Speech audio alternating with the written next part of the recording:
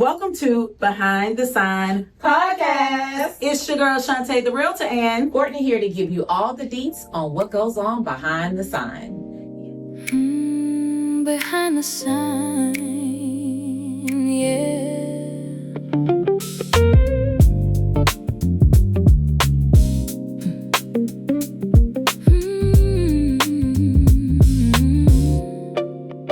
We see the glossy frame, but we're shifting the lens.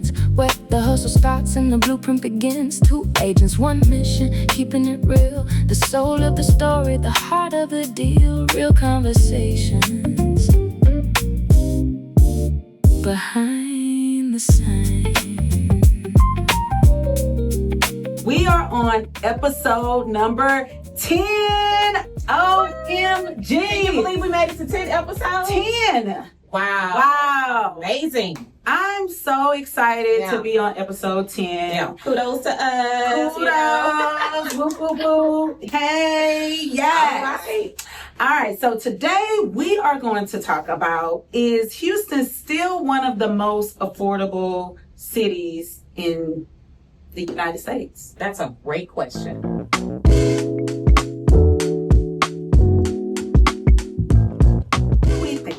Okay, so compared to most other major cities, Metroplexes and like large populations, I still think Houston is top of the list on affordability, when it comes to the housing market and just in general. Yeah, not just houses, just in general. LA, unmatched. New York, unmatched. DC, Dallas, Austin. Right. I mean, we can keep it going. We can keep it going. Houston is definitely top of the list in terms of affordability. Definitely. And a lot of people don't really understand that. They see a lot of the costs and things that are going up. And, we talk about this in a couple of the other previous videos. We definitely understand and feel the effects of higher costs for things and, our expenses being more than what they used to be. But we're going to kind of break down just a few details about what makes Houston still one of the most affordable cities. Yeah, definitely. And one of the big things what makes us still affordable is that we're really one of the few places that actually have homes for within the 200 to 350 range. Many other cities, you need to start way higher to even get in the game, to even own a property. Very true. And here, the American dream is still American and dreaming. It's still very, very possible. Very real. Yeah. Very real. And that's why it's important to get with your realtor and look into those options that will give you the price range between like that 200 to 250 and then 250 to 300, because a lot of people say, well, can I really get a house for this much? Absolutely. I had a client close in the beginning of the year, a property on the north side, not too far from the Loop, for $185. So it's definitely possible. There you go. And a lot of people think that, man, can I really get something like that? You absolutely can. So it's just about get with your professional and coming up with your plan. Coming up with a plan. Yeah. That's all you really need, because it's definitely possible to happen here for sure. Absolutely. And of course, we don't have state income tax here, so that also makes us much more affordable as well. Yeah. Different things that just helps us be able to kind of get that American dream that you are striving to get. Yeah. We talk about that all the time, and I think a lot of things that are happening in this market right now when it comes to us as professionals and people that want to purchase homes is that everybody's having all these sidebar conversations, right? They're having these sidebar conversations, which is totally fine. We want people to talk with other people, but at the end of the day, trust the expert and the person who is really guiding you down this path of home ownership, because conversations can become so convoluted with incorrect information or not elaborated on, and then it leaves people confused, know. And so we talk all the time about things that go up, like food, gas prices. We've talked about this in a previous podcast, and just living expenses in general. Like, everybody is feeling these effects, right? Everybody. And so just understanding that how your interest rate, the property insurance, home warranty taxes, how all of that can really just kind of impact the affordability of you being able to purchase a house. Right. Yeah. It's It multiple makes a huge things difference. involved that says you can or you cannot. Right. It's a gumbo pot a little bit, and all of it comes together. But if you put the right formula together, you'll be able to come up with the perfect formula that works for you to get your dream home. We just might have to pivot. I mean, it can be simple as a location that could change your whole plan. You know, the tax rate could change your whole monthly note. So that is one of them. And then also diverse housing options are here in Houston. I mean, we have a little bit of everything. You got a little bit of everything. You got 1 story, 1 bedroom, 2 bedroom homes. Hello. We have duplexes, we have the condos, we have townhome communities. I mean, we have a very diverse mix of what you can call homes. And what you can start off with in terms of home ownership. I think a lot of people may not even understand, like, you don't have to buy a single family home for that first purchase. It depends on your needs. It depends on the needs of your family. There's a lot of variables, I feel like, that go into place when you are thinking about a home purchase. Right. And, you know, because I've had people a lot of times ask me about, well, can I do a townhome for a first purchase or a purchase in general? Absolutely. And you can find townhomes that are, you know, I dare not say this, but under 100,000. Yeah. Depending on the area. Depending on the area. And the thing is, too, I don't want to water it down so much, because guess what? There are townhomes that are $1 million. Yeah. Depending on what zip code we're talking about. Right. So it depends on, again, the area and your needs for a time. But if home ownership is something that you desire, and we talk about this all the time, and we're kind of beating it in on the head or whatever, but we really want people to trust the process and understand that home ownership does not have to be out of the ballpark. It's definitely something that's attainable, and you can make it affordable if you want to. You totally can. The simple thing of letting go of getting my nails done every week or getting your hair done or whatever, like, a person has to really make a decision on what they're going to commit to and what the goal is they want to get checked off. Because it is a level of commitment. Absolutely. That's just the facts. You know, if you want to do this, there's going to be some sacrifices, because you can't spend everything, move money any kind of way. There are rules to get it done. But if you want to get it done, let's get it done. Because it's affordable. It can be affordable. We just have to plan. One of my favorite quotes is, failing to plan is planning to fail. Absolutely. So if you plan it, we're going to figure it out. We're going to get to the end. Yeah. And the beauty of it is you're never alone in this. Yeah. At least you don't have to be. Exactly. So why do some people feel that they're priced out right now?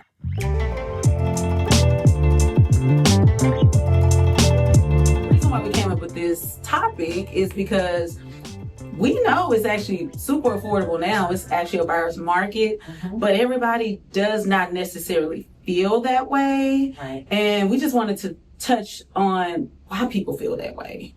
And that's a great question. Right. That's a really, really great question. I mean, we can talk about people in their minds. One of the biggest elephants in the room is always interest rates. That's the biggest. It's been the biggest from time to time. The biggest. People think that interest rates are crazy, which they're not. But if you're comparing it to 2020, yeah, they are crazy. Right. But that was only a one-time thing, though, guys.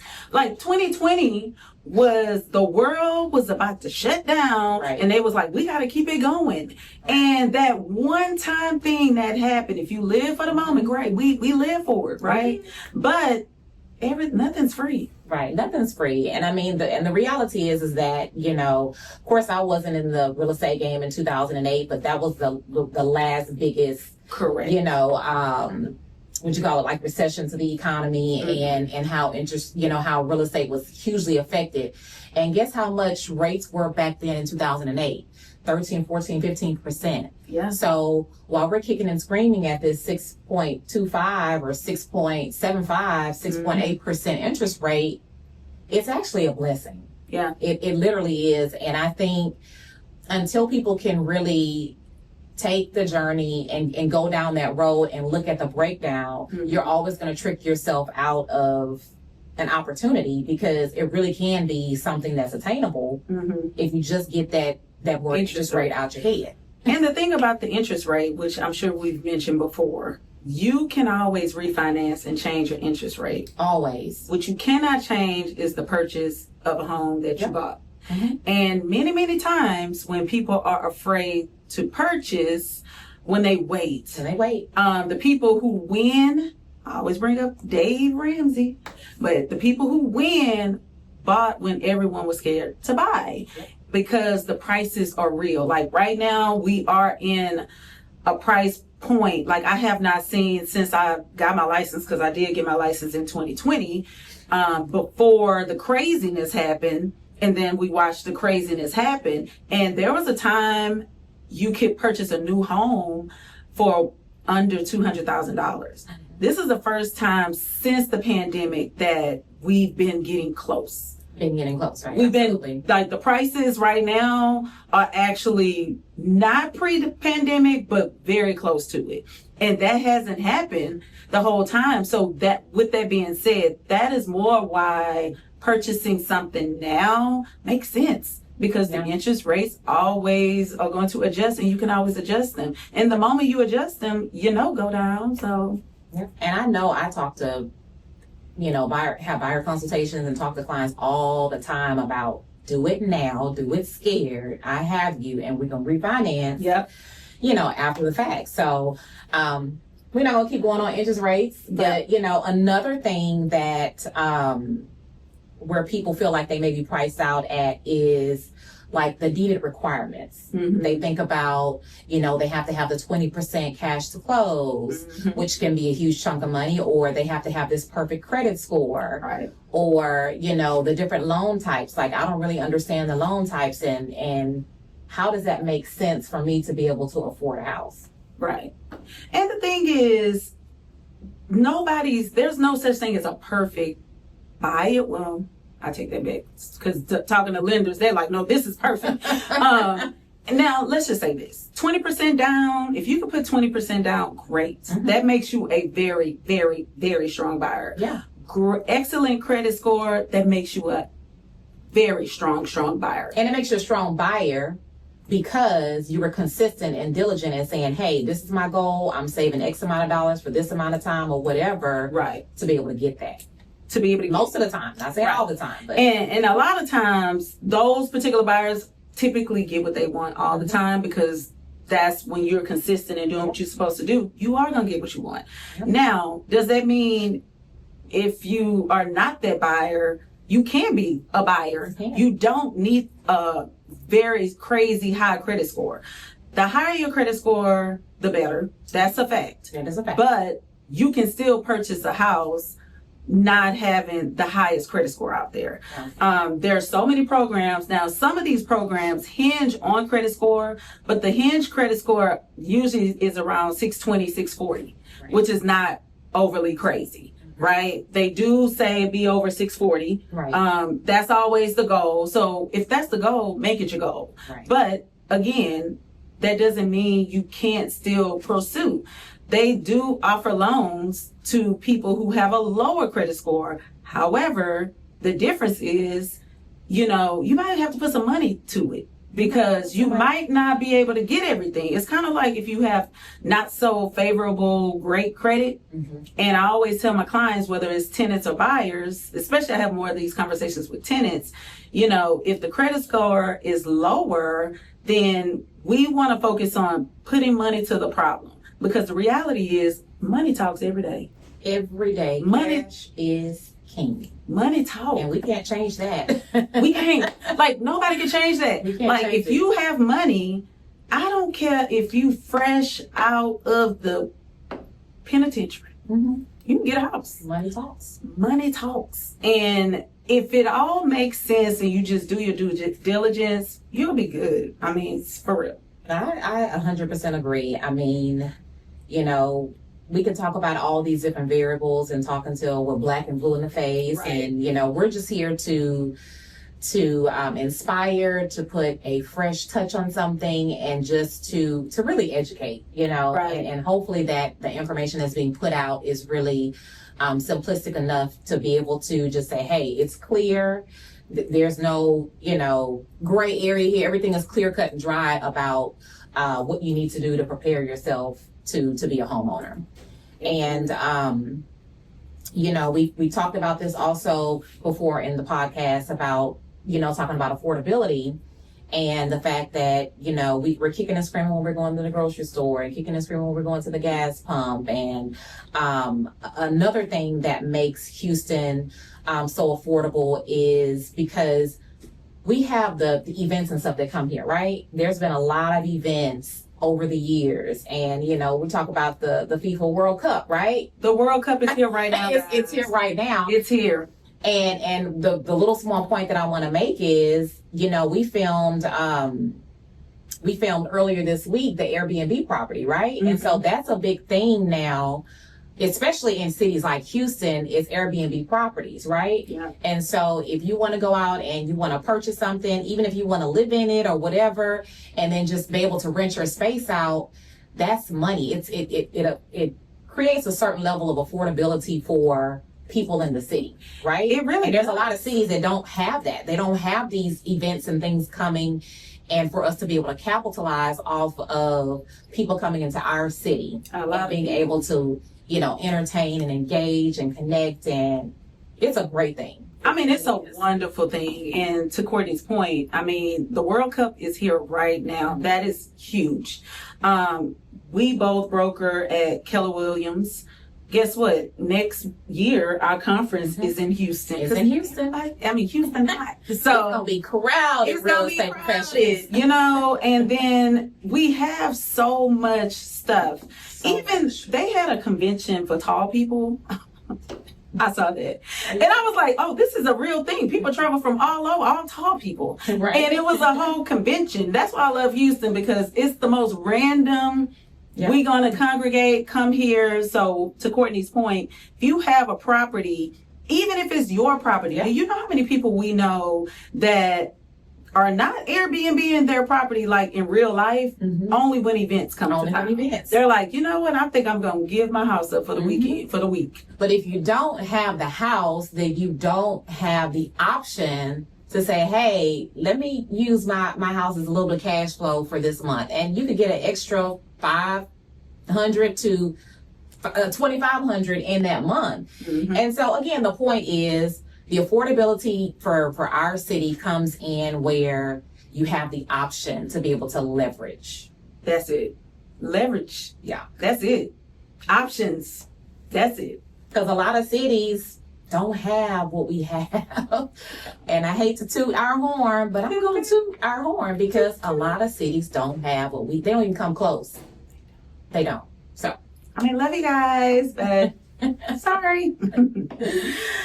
All right. So we're going to talk about what should renters, if you're renting right now, what should you do right now? Like if you're thinking about, okay, we heard you guys. Y'all been chipping and chapping.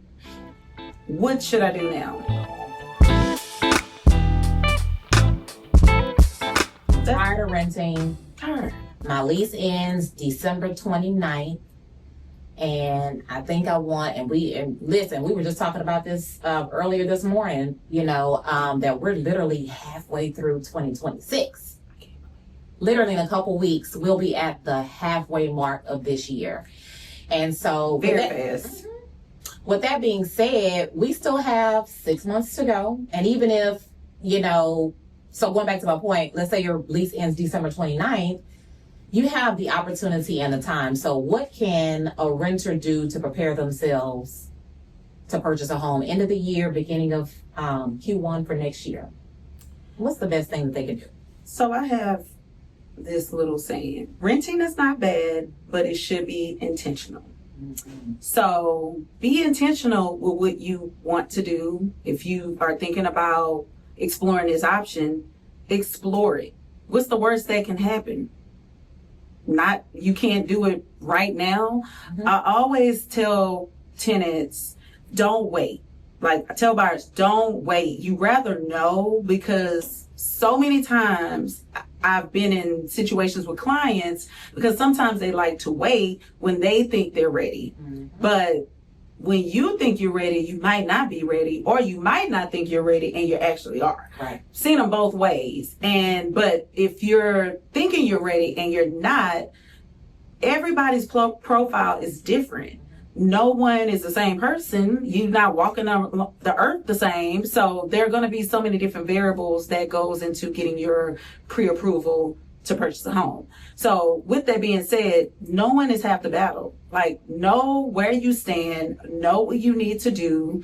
By the time we even have a conversation 3 months prior, which I would recommend, if you know you want to buy something new, we probably should talk 6 months prior. Right. But if you are, within the next 3 months, we can get it done. That's not a problem, right? Finding a house will never be the issue. Yeah. It will never be the issue. It's something that's going to continue to recycle and recycle and recycle. So that will never be the issue. And going to your point about, talking to your clients about when to be ready, so on and so forth, and they think they're ready, but maybe they're not, or they think they're not, and maybe they are. I have that same conversation with clients all the time as well. And I think people think, oh, well, I'll just reach out to them when I am ready. But going back to Shawnte's point is, don't plan to fail, but, make your preparation so that you can be fully prepared. So even if you say, well, hey, I'm renting and my lease ends in July and I want to sign another year lease, let's have a conversation today. Let's not wait until, May of next year. Let's have a conversation today so that you can see exactly where you are as a buyer and see what you need to put in place. Right. To get you prepared, so when July comes next year, your back is not up against the wall. You've already planned, you've already created this idea, and you've already pinned it on your vision board to say next year, next summer, July, I'm going to be a homeowner. Right. But you can't wait until, I'll just call her next year. Right. No, let's talk now. And that makes perfect sense. I've had clients that we did that. They sign a lease. And now, hey, we're going to be closing next month, Yep. And that's beautiful because they did the work. You want to make sure you prepare yourself, because we're not saying it's a magic wand and it's going to be yes, but you want it to work out in a way where you do prepare it. Mm-hmm. Buying a house, you do need money. You do need money. Now, can we get you in a house with a little to no money, depending on the situation? It's a lot of variables to even get you to that spot. So you want to have some type of preparation in place. You don't want to move into a new home absolutely with no money. Right. You want to basically set yourself up for your new life and your new future ahead. So it's super important. I mean, it's a lot of great things you can do, but you want to plan ahead. I 100% agree. And again, you won't know until you take that step and say, okay, let me go ahead and make this phone call. Right. You won't know until you do that. And remember, it's a wealth building tool to purchase a home. It is. You have to ask yourself, do you want to help someone else become rich? And I mean, you can. That's a fair question and a fair statement to make. Yeah. And I know I don't want to help somebody else. If I'm not personally building my own wealth, mm-hmm. How can I invest in somebody else? Right. I have to. You have to think about it. I'm investing in myself mm-hmm. and my family first. Right. Then and it can be a get out of jail card. You never know what might happen in the future. Even if you bought a 1-bedroom, 2-bedroom condo for yourself, and did your remakes and remodels, and then fast forward the tape down the line, you're like, I want to move to New York. I want to do Broadway. Well, guess what? Get out of jail free card. You can decide, do I want to lease that and just hold the property and have somebody pay me rent? Or do I want to sell it and just take the cash and go to New York and live my best life? You got options. You got options. You got options. That's how we sing. We're going to make a song. Options. We got options. We got options. Okay. Let's not go down there. We ain't gonna go down that road. Y'all didn't know we did songs too, but Right. We put little hooks on, you know. Right. We're not going to give out too much. not too much, not too much. But okay, let's go ahead and wrap up this episode 10. Hopefully it's been a lot of good information for you guys. And, you know we've talked about different programs for first-time homebuyers in previous podcasts, but just keep in mind that there are so many programs out there to help you make this journey affordable and, put you in the right position for the home purchase. And Shawnte, what are some of those programs that buyers can take advantage of? Well, we got the FHA loan, which is only 3.5% down. You got the VA and the USDA 0% down. You got Texas Homebuyer Assistance Program, down payment assistance programs, mortgage credits that they give to buyers, and specialty programs for teachers, first responders, and so forth like that. So it's so much stuff to help you get what you need. We just have to have a conversation, figure out what your profile looks like, and then put it all together. Right. But, here's the thing. You just want to ask yourself, where do you want to be within the next 2 to 5 years? Yeah. Where do you want to be? And start there. Start figuring out where you want to be. And then, do you want to build wealth for yourself? And what does that look like? Yeah. Ask yourself those questions and let's figure it out. Let's figure it out. And again, you don't have to do this alone. Call on your trusted real estate professional, Henton Properties Group, Shawnte the Realtor, the Thomas Swan Group. That's right. And we will get you guys to the finish line. Well, So hopefully this episode 10 about, is Houston still an affordable city? Yep, The answer is it is. And definitely. it's still at the top of the list. Top. So give us a call. Let's have a conversation. And hopefully this information today is something that you guys can carry with you. Definitely. So we appreciate you taking out the time to watch this video. Don't forget to click, like, subscribe, and share. And share with your friends, share with your Share. family, share with anybody that needs this information. Yes. We are not gatekeepers, and we want to let you know. So, hey, All right. let's do it. So until next time, take care. Take care. We'll see you guys later. Thank you. Behind the sign, yeah.